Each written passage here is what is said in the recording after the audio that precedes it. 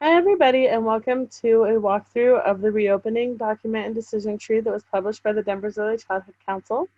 So I'm just going to briefly walk you through how this document works so you guys can kind of have a handle on what you're looking at here.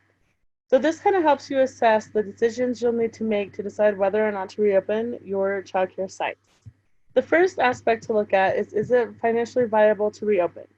So then you click on this box and it will take you to a decision tree.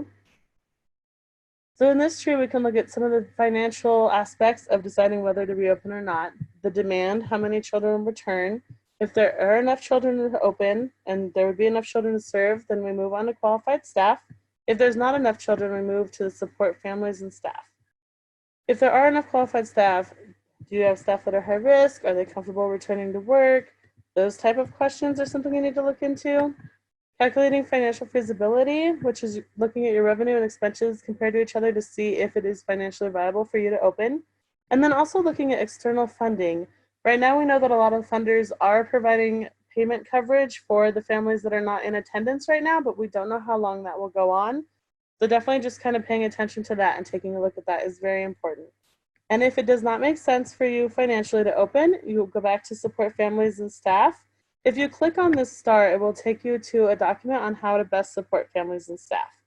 So here's some information about community resources, the Mental Health Center of Denver, self-care, parent resources, some things like that. So I'd highly recommend you look at that document.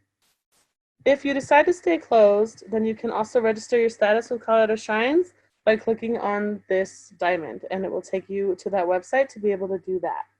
So if you decide you are financially viable to reopen, there's a health assessment and safety assessment, so we'll click on that. That takes you to another decision tree about safety. Can you provide care based on groups of 10 or less? Yes or no. Can you keep the same teachers in the class all day? Can you keep children 6 feet apart as much as possible? Can you practice safety, including mask use and sanitation? So if you can do all those things, then it is safe to reopen according to those aspects. If you cannot do those things, it takes you again back to support families and staff by clicking here. So if you again decide your center needs to remain closed, you can register your status with Colorado Shines. So if you do decide that you can reopen, here are some aspects to think about. There's also a way to click here at this bottom of the green arrow, and it will take you to a full document talking more about the reopening process. It gives you some details about what the guidelines are. And again, this is updated with the most up-to-date information that we're getting, so you don't have to go through so many emails trying to find all the different things that are happening. And again, look at the date on the front page of this decision tree to kind of help you know where we're at with that.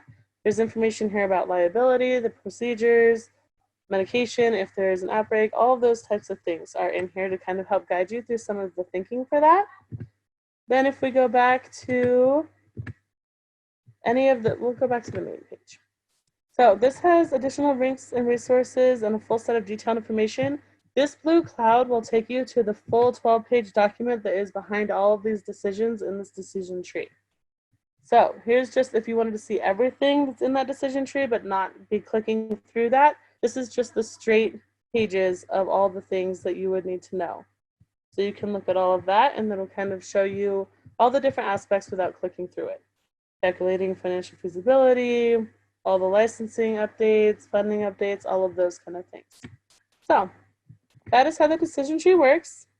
If you have any questions, please feel free to contact the council.